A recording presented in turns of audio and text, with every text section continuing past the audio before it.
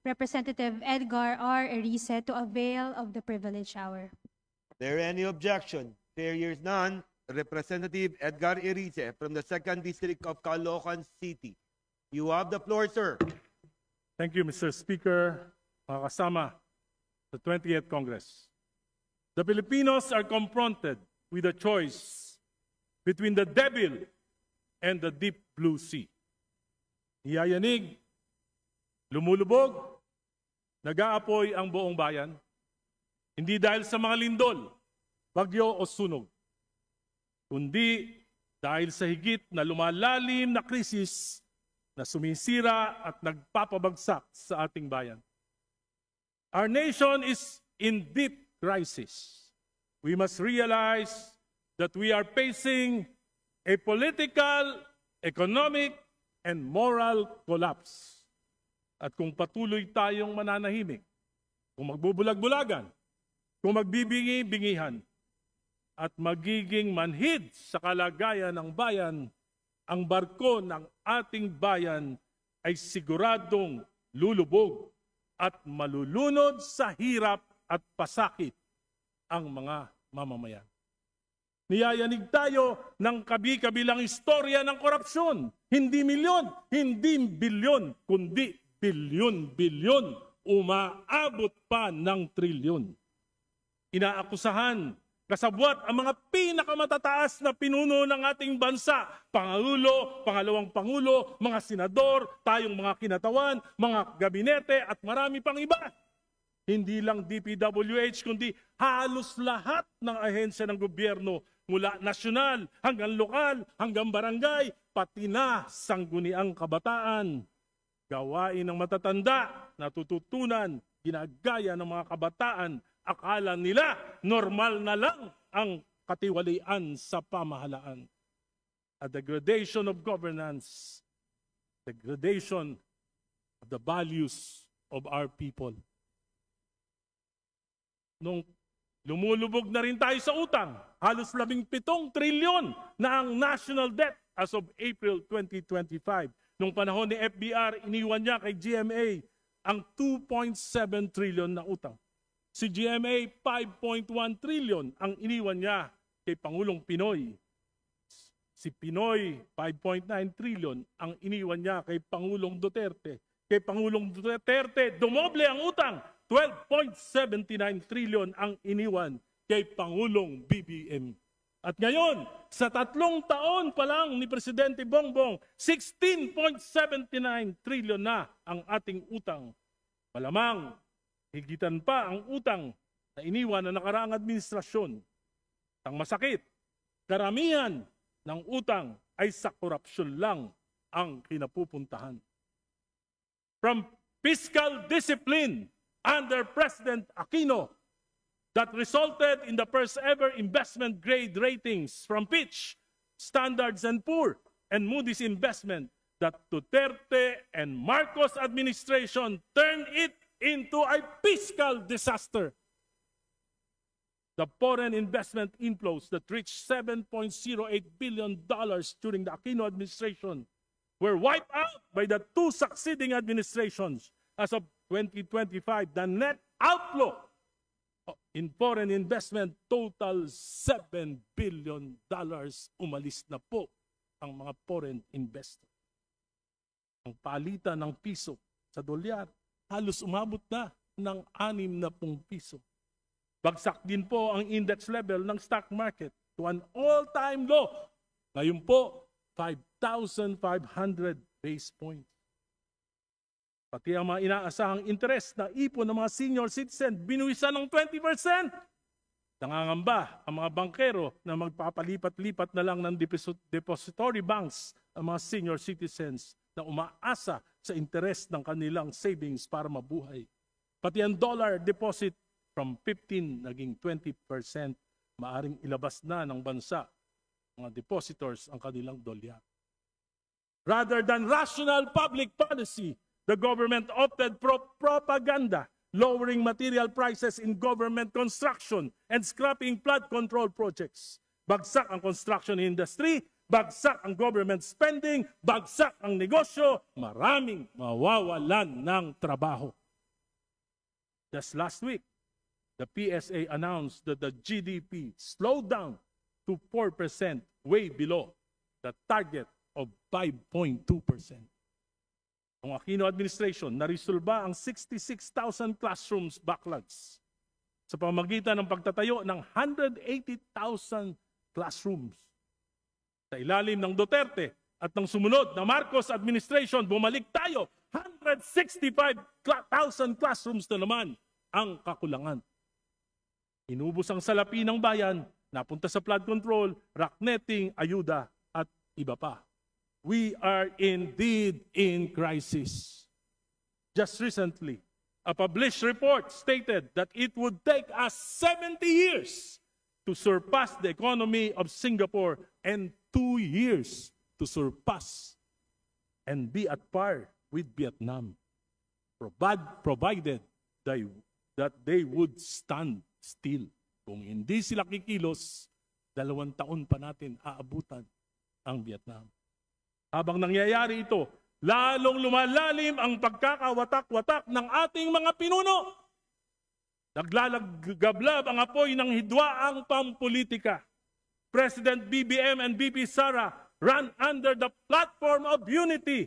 Pagkakaisa raw ang susi sa pagbangon at pagunlad.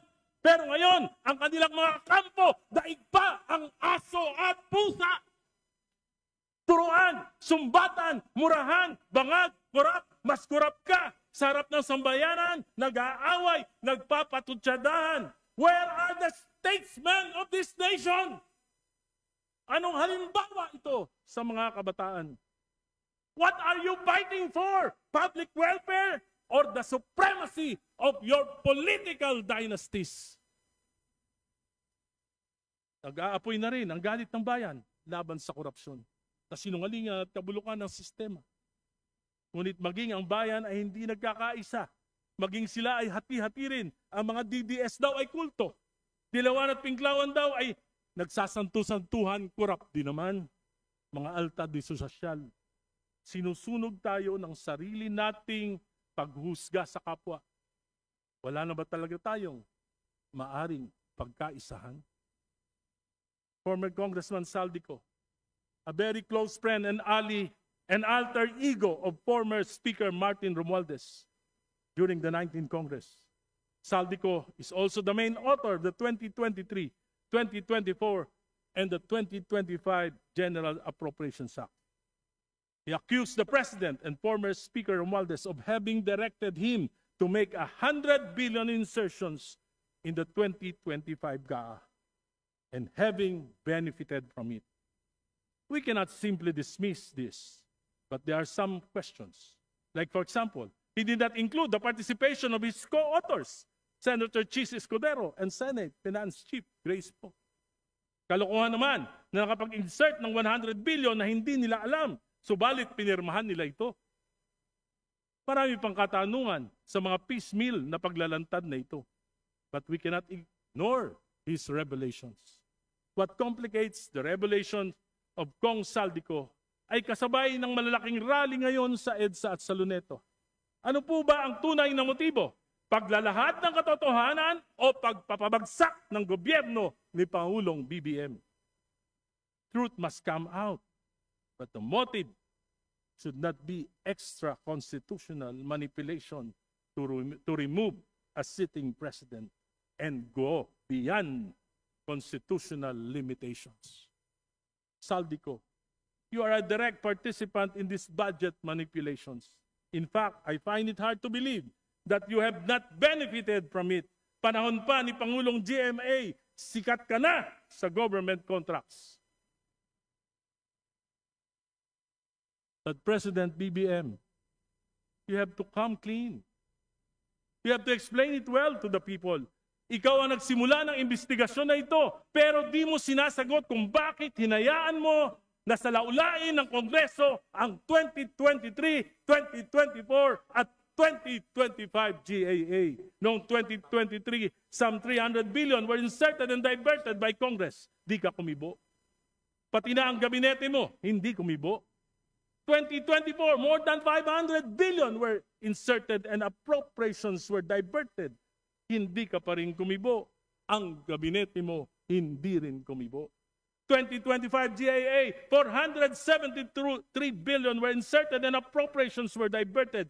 Di ka pa rin kumibo maliban sa 29 billion na binito sa dahilang mas lumaki na ang pondo ng DPWH kaysa DepEd, which will make this 2025 GAA unconstitutional. Parang imposible na hindi mo alam ito, Pangulong BBM. Not knowing that hundreds of billions in your budget proposal year after year for 3 years is unimaginable.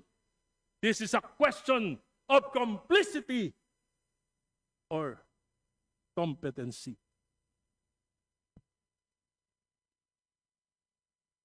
Paano na, bayan ko? Ano ang magagawa natin para di tuluyang lumubog ang bayang ito? Huwag tayong padala sa mga maling panawagan na lalong magdudulot ng paghihirap sa ating bayan. Military o junta, ito'y lalong magdudulot ng kaguluhan. Ang kinabukasan ay walang katiyakan. A picturesque of highly unstable government will be a banana republic. BBM resign, papalit si BP Sara, at higit na magkakawatak-watak ang mga Pilipino, maghihigantihan, at wala rin namang mababago sa sistema. Bakit? Yung mga magnanakaw sa gobyerno, babalibig lang yan. Yung mga political dynasties, babalibig lang yan. I appeal to the sense of patriotism of everyone. Let us save this country first. No matter how flawed the 1987 Constitution is, we must rely on it to save our democratic life. To save our sinking ship, our leaders must learn to think beyond themselves. PBBM, BP Sara, mga senador, mga kapwa ko kinatawan, higit nyo bang mahal ang inyong kapangyarihan kaysa sa ating bayan? Tanggapin natin, we are in deep crisis and we are the bigger part of the problem. Hindi sapat ang pagpapakulong ng ilan, hindi sapat ang pagpapalit ng pamunuan. What we need is a change of the system within the framework of the 1987 Constitution. Nagkasala ang Pangulo, pangalawang Pangulo, there is this impeachment process, no shortcuts. Habang ginagawa ito,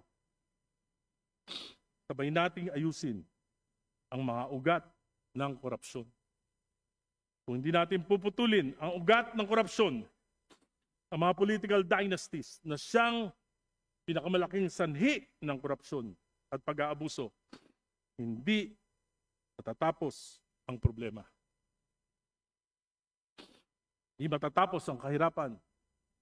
Hindi matatapos ang katiwalaan. Ang tunay na solusyon, reforma. Kung iwawaksi natin ang pagkagahaman sa kapangyarihan, maaari pa nating mailigtas ang bayan. Within the framework of the 1987 Constitution, we can create genuine change. Naniniklod po ang bayan natin. Tapusin na natin ang palalang political dynasties, ang ugat ng korupsyon, pag-aabuso. Let us pass the enabling law, Article 2, Section 26 of the Constitution. The anti-political dynasty provision that we have ignored for decades simply because of self-interest over national interest. Napakadali po nitong gawin natin kung gugustuhin lang natin. The gentleman is requested to wind up. Pardon, The gentleman is requested to wind up. can I just request for another 5 minutes? Majority Leader. The sense of this whole speech is in the dispositive portions. Bababaliwala po yung buong speech kung hindi The maririnig. gentleman has the additional 5 minutes. Thank you. Kapag ang kapangyarihan ay umiikot lamang sa ilang pamilya, Hindi totoo ang demokrasya. Ito ay ilusyon lamang. Power and wealth are recycled, not redistributed. Positions are inherited, not earned. Mag-ama, mag-aasawa, magkakapatid, palitan sa pwesto. Sa buwatan, walang check and balance sino ang mag-iimbestiga sa kapamilya. Ang halalan ngayon na hindi na tunggalian ng plataforma, tunggalian ng apelido. Magagaling na kabataan, wala nang tsansa. Meritocracy has no place in this country anymore. Elections become predictable, parties become irrelevant, governance becomes hereditary. Kapag isang angkan ay ang may control sa executive at legislative accountability ay nawawala. Dati ay monopolyo ng mga Duterte, ngayon ay monopolyo ng mga Marcos. Ano nangyari? Supermajority, walang check and balance, lusot ang korupsyon. Mga kontrata at proyekto na pupunta sa mga kapamilya, kaibigan, ghost projects, substandard projects, manipulated procurements. Ang mga congressman at mayor, sila na ang kontratista gamit ang lisensya ng mga diskaya. Binabaha, nililindol, nasusunugan, nagugutom na ang mamamayan, ninanakawan pa. Kung ang mga proyekto ay pamumulitika, di batay sa pangangailangan, walang kahinitnan ang bayan na to.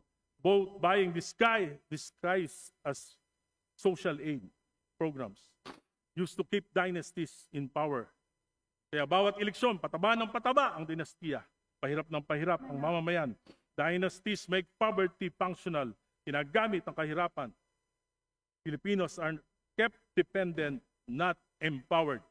Mr. Speaker, and our people see the same surnames, elections after elections, mawawala na sila ng tiwala until they lose faith in the nation itself. Political dynasties destroy party principles. Parties become convenience stores, not ideological but transactional.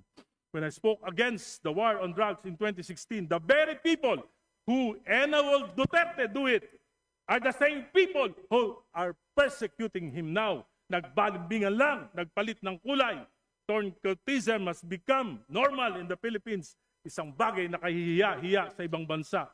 Ang mga rara boys ni Pangulong Duterte noon, rara boys ni Speaker Romualdez. Kapalit ang flood control project. Mr. Speaker, I would like to believe that there is still hope. We can still fight back. We can still move forward. We can still move forward if we will pursue reforms within the framework of the Constitution. So I dare say, President Marcos, your family has benefited, so been blessed by the Filipino people.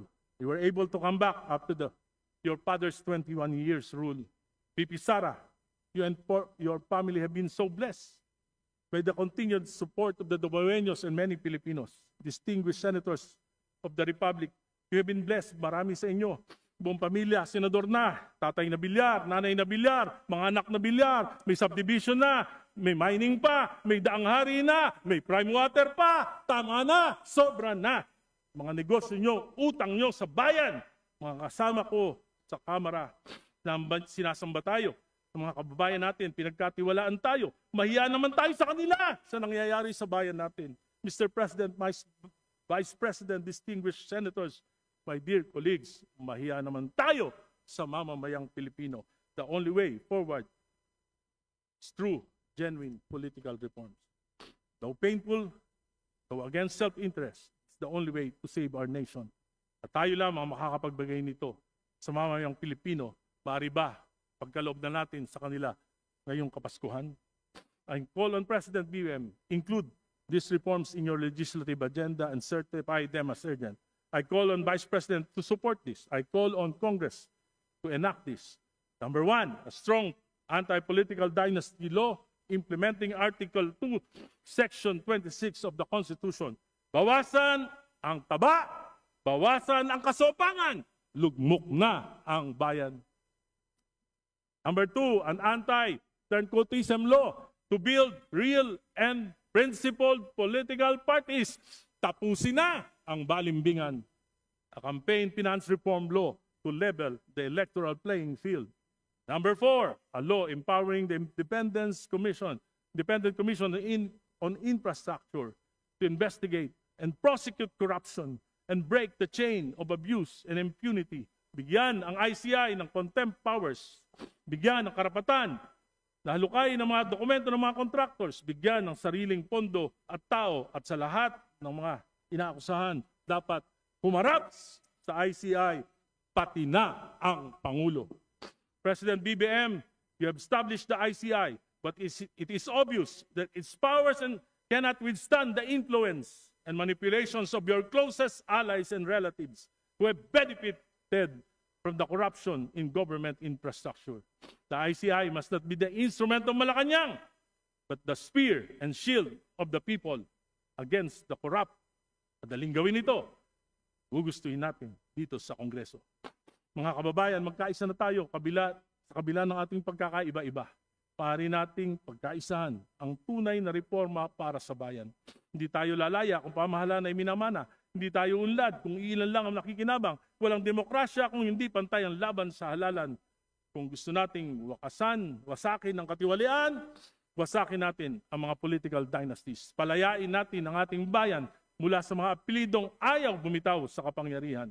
Kaya kung hindi ipapasa ang mga batas na ito sa 2028, isumpa nyo, bayan ko, yung mga pare-parehong apelido. Hintayin natin ang 2028 elections. Pumili tayo ng tama. Pasensya na po. Hindi ako naglilinis-linisan at hindi ako nagbabanal-banalan. Sa 50 taon ng paglilingkod ko, kalaban ko 4 na dinastiya sa aking lungsod. I am battle-scarred. Maraming beses ko na pong kompromiso ang aking prinsipyo para makasurvive sa politika. Subalit ngayon, ako ay may pinagkatandaan. Habang tumatanda, gusto ko po tumitino. Wala na akong ambisyong politikal. Nais ko na lamang sa pagharap ko sa Panginoon ko. Masabi ko na naglingkod ako, lumaban ako para sa kapwa ko at sa bayan ko. As I now acknowledge my mortality. Mga kasama, nakinabang tayo sa bayan na ito. Maaari bang tumindig naman tayo para sa bayan na ito? Pasensya na po sa mga nasaktan ko. Subalit alam ko na alam nyo, katotohanan lang ang sinasabi ko. Iniulit ko, let us go to the constitutional process. Hindi po ako nananawagan ng BBM resign. Kung gusto po natin panagutin ng Pangulo, may impeachment. Kung gusto po natin panagutin at ipakulong mga magnanakaw, huwag nating madaliin, bantayan natin ang paggulong ng hustisya. Anumang kaguluhan ay lalong magpapahirap sa mamamayan na walang kalaban-laban. Mr. President, you owe it the people. Magpaliwanag ka, huwag kang magtago sa mga spokesperson mo na nagpapalusot lang. Pass the reforms, convince your allies in Congress. Bayaran ninyo ang inyong pagkukulang sa pamamagitan ng pagtama sa sistema. And finally, Mr. Speaker, dear colleagues, we cannot ignore the allegations made by Mr. Saldico regarding the supposed 100 billion insertions. Madali namang malaman ang katotohanan. Therefore, I respectfully move that we call the Secretary of the Department of Budget and Management, the Secretary of Finance, and the NEDA Secretary to a question hour here in Congress as soon as possible. So move, Mr. Speaker. Maraming salamat po. Thank you very much, Ms. Honorable Erice, Majority Leader. Mr. Speaker, I move to refer the speech. Mr. Speaker, The Honorable D.S. Garin is recognized. Mr. Speaker, if the Honorable Erice is willing to yield to some questions. Mr. Speaker, Majority Leader. I move to extend the privilege hour to allow the interpellation of our Representative Garin and to also for other members of our House who have expressed interest in availing of the privilege hour, Mr. Speaker. There an objection? Fair hears none. Motion is carried. Thank you, Mr. Speaker. Thank you, Madam Majority Leader. Mr. Speaker, kanina narinig ko yung katapusan ng speech ng ating kasamahan, si Congressman Erice, when he mentioned yung mga spokesperson ay nagpapalusot lang. Can he expound on the specifics of this crucial allegation? Well, Mr. Speaker, distinguished colleague, kita naman natin yung mga sagot ni spokesperson Claire Castro. Kung naririnig po siya, Kuminsan po, parang na-imagine ko, pag galit na galit sa akin yung asawa ko, ayaw ko na marinig. Yung mga susunod pang sasabihin. Sapagkat, bukod sa acerbic, nililigaw po. At instead na magkaroon ng clarity sa mga tanong, ay ibinabalik lang po sa ibang mga issue. Kaya sa tingin ko Mr. po, Speaker, can we categorically ask the Honorable Erice what specific statement of the spokesperson is he referring to and is alleging to as palusot? well, for example, the 100 billion in insertions, dapat sagutin po yun. Hindi pwedeng sabihin na baliwala yun. Yung 100 billion insertions, dapat po sagutin. Kasi po nakita ko yung listahan nun. For example, doon sa 100 billion in insertions, merong 1 billion for Philippine Coconut Authority. Na yung sa listahan ni Congressman Saldico. Wala namang problema doon. Kung nagbago ang isip ng Pangulo at kailangan niya maglagay sa Philippine Coconut Authority, wala namang masama doon. Kung basta hindi ghost project. Kung tayo na nga sa Kongreso, nakakapag-palit tayo nakakapag-insert tayo, nakakapag-divert tayo, yung Pangulo pa kaya, budget niya yun, yung hindi pwede magpalit? In other words, Mr. Speaker, distinguished colleagues, ang sinasabi po ba ng ating kagalang-galang na kongresista ay yung mga ipinapasok na line item during the bicameral conference committee or the Committee on Appropriations of both houses are recommendations from the President? Yes. Mr. And Speaker, he can change his mind anytime. may you reiterate? Pasensya na po, medyo hindi po klaro yung last statement. You can check the? Yes, for example, as I have said earlier, Mr. Speaker, kung nagbago ang isip, because ang budget po ginagawa natin ng Executive Department January pa lang. So, bago po dumating sa atin yan, 8 months, 9 months, bago po yung approval, almost 9 months na. Maraming mga exigency ang serbisyo na pwedeng magbago ang isip ng Pangulo, na pwedeng siya mismo ang magrekomenda ng pagbabago ng budget. And Ang wala ibig pong masama sabihin- dyan. At for example nga, binibigyan ko na kayo ng specific example, at madaling malaman yan kung Pangulo nga o hindi ang nagpabago niyan. Patawag lang natin yung administrator ng Philippine Coconut Authority, tanong natin saan galing yung 1 billion na insertion. Hindi po ba Malalaman natin ang nararapat? katotohanan. Hindi po ba nararapat, Mr. Speaker, distinguished colleagues, na ang dapat nating tanungin ay ang miyembro ng Bicameral Conference Committee dahil ito naman ang naging proponent doon sa mga alleged insertions. Ang sa akin lang, Mr. Speaker, distinguished colleagues, is orient me, my distinguished colleague, Honorable Erice, paano po ba ang nagiging sistema ng budget process? Kasi sa pagkakaintindi ko, ang budget call starts during the month of March, where all cabinets present, defend their budget. It reaches the cabinet sometime in April, and after that, it goes through the series of vetting, after which it is transmitted to the House, both houses, Congress and Senate, for deliberation after the State of the Nation address.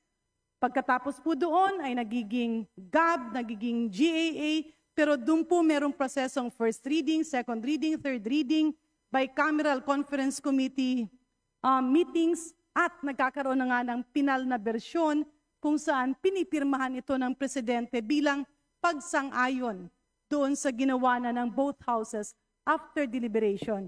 Tanong, Mr. Speaker, nagbago po ba ang prosesong ito? At kailan po ito nagbago? Noong 19 Congress po, Mr. Speaker, nagbago po dahil napaka-super majority ang ating Kongreso. Alin po At ang napaka-malakas specific? po.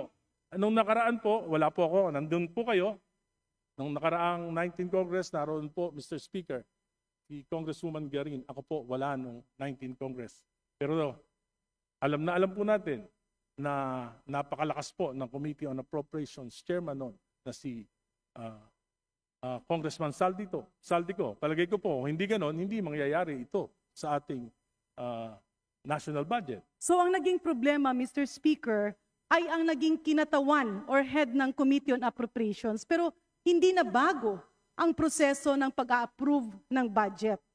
Is that what I'm getting? Where, May mga pagbabago po dahil Alin meron po ang maging- specific na pagbabago, Mr. Speaker, For sa example po budget yung process? sa aking pagkakalam, yung small committee, hindi na po nalalaman ng mga miyembro ng kinatawan, yung mismong inaaprobahan at pinapasa sa Senado. So Pangalawa dito sa mga pagbabago, meron pa po. So dito Bukod sa po doon- pagbabago, Honorable Erice, nakasaad ba dito na yung presidente ay nagbibigay ng proposal during the bicameral conference committee meeting? Hindi po natin alam yan. Sila lang po nakakaalam. And this nga is precisely my kaya nga po point. nagtatago na sila lahat. This is Lahat sila, wala na precisely rin my alam. point, Mr. Speaker, distinguished colleagues. Managot ang dapat managot. Kung That's- sino man ang lumait at nanggulo ng proseso ay dapat managot. But we can't muddle the issue by finger pointing and saying na ito si Juan, ito si Maria, ito si ganito ang nagpasok. Mas lalong nagiging magulo ang sistema. Ang katotohanan, Mr. Speaker, with due respect, Honorable Arice, merong proseso, merong sistema. Nagkataon lang na malamang may umabuso. At yung pag-abuso na yon ay hindi mo pwedeng ituro sa kahit sino na walang preba. If we want to reform the system, let us reform the system through a transparent budget process. Huwag yung turo dito, turo doon kasi gulong-gulo na ang Pilipinas. Gulong-gulo na ang mga tao. Let's base our comments, our Mr. statements on facts. Kaya balikan natin. Kung Mr. puputulin natin May I ang abuso respond, na Mr. to. Speaker? May I Yes, respond? if I may, Mr. Speaker, Can we that's why allow my the question gentle lady is, to finish?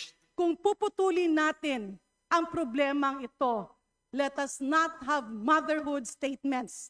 That's a definite proposals to address the problem. So my question, Mr. Speaker, can the Honorable Erice enumerate the reforms that he believes are needed so that we will be guided to do this? Mr. Speaker, maliwanag po ang sinabi ko kung napakinggan niya. Sino po ang unang may responsibilidad? Ang Pangulo. 2023, GAA, sinalaula ng Kongreso. Binawasan ang pondo niya ng halos 300 bilyon. Hindi nangyari yan sa kasaysayan ng mga naging Pangulo sa Pilipinas. Pinabayaan niya, hindi siya kumibo. Yung kabinete niya, hindi kumibo. Specific yon. 2024, binawasan, sinalaula ng Kongresong ito, 500 billion. Binawasan ng President's budget, hindi kumibo ang Presidente, hindi kumibo ang ating mga kabinete. 2025, 473 billion, pati yung mga pondo para sa mga flagship projects ng Pangulo inalis. Kaya na-delay na lahat ng mga proyekto. Hindi pa rin kumibo ang Pangulo. Hindi pa rin kumibo ang kabinete. Number one na may problema, command responsibility ang ating Pangulo. Very specific yan. Pangalawa, pinsan ng Presidente. Ang ating Speaker noon, si Speaker Romualdez. Hindi ba sila nag-uusap? Mr. Speaker, distinguished colleagues. Pangatlo, Can we allow the gentleman to finish? Yes, please. Pangatlo, kitang-kita naman natin. Balitang-balita, dalawa lang nag-uusap sa pagbabago ng budget. Yung mga member ng BICAM, hindi alam. Sinabi ni Senate Finance Chief Grace po, pinirmahan niya lang pero hindi siya alam. Ang si Senate President Chis Escudero lang at si Chairman Saldico lang ang nag-usap. Regular ba yun? Hindi po regular yun. Maliwanag po yung mga sinasabi ko. Specific. Mr. Speaker, ulitin ko lang po. Ang reformang narinig ko sa ating kagalang-galang na kulig ay hindi sang-ayon dun sa aking ekspektasyon, if I may, pasensya na po. Kasi nga, ang tanong ko is, what are the specific reforms that we need? Unfortunately, what I am hearing are allegations, number one, binawasan ang mga budget. Number two, magpinsan ang presidente at ang speaker. Number three, nagpirmahan ay 2 tao lamang. Mr. Speaker, distinguished colleagues, andyan nga ang problema. Nakita ngayon ay hinahanapan ng solusyon. And if we are talking about reforms, the reforms should actually be on accountability, on transparency. Ano bang reforma? Number 1, transparent budget process. Number 2, napaka-imposible naman na pipirma ka ng mga bagay na hindi mo alam. Kasi ang pumipirma ng budget ay ang bicameral conference committee members. In other words, balikan natin. If we need reforms, babalik tayo, totoo ba na nahimik ang mga kabinete? Totoo ba na lahat ng budget ng kabinete, there are a lot of problems, and that is why we are in this series of investigations. But it will just add chaos. If we will take advantage of the situation and instead of demanding for genuine reforms, we twist the situation and talk about politics. In other words, Mr. Speaker, distinguished colleagues, tama naman. Natuldukan ito, hanapan ng solusyon, and push for genuine reforms. Pero kung ang naging mali ay merong bumaluktot sa mga bagay na hindi dapat baluktutin, yun ang dapat managot.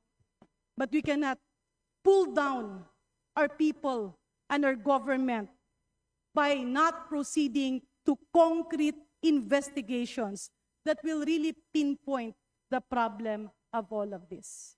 Mr. Maraming salamat, Mr. Speaker. And of course, with due courtesy to Congressman Erice, I am with you in calling for reforms.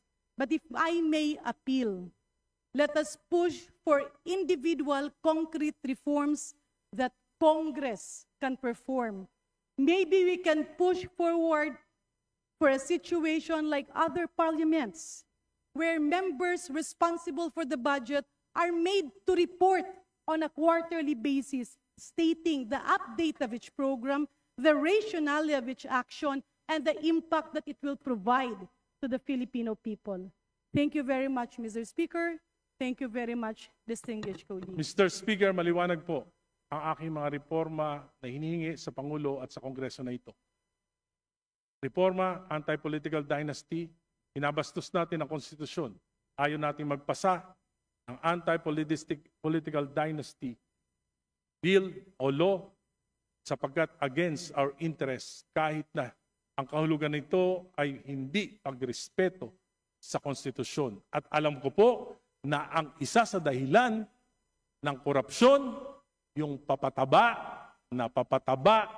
ng mga political dynasties. Pangalawa, alam ko po, balimbingan, walang prinsipyo, pagpalit ng partido, kung saan makikinabang, yan po ang pangalawang dahilan ng korupsyon.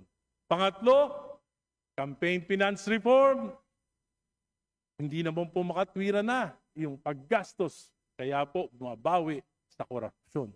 Pang-apat, hinihingi natin, empower natin yung ICI para maimbestigahan yung korupsyon. Maliwanag po yung mga hinihingi ko na reforma. Kung sincere ang gobyerno, gagawin nila ito. Pero kung gusto business as usual, baka sakaling makalimutan ng tao, hindi gagalaw ang gobyerno. At ang hinihingi ko po, hindi extra-constitutional. Hindi ko pinagre-resign si BBM.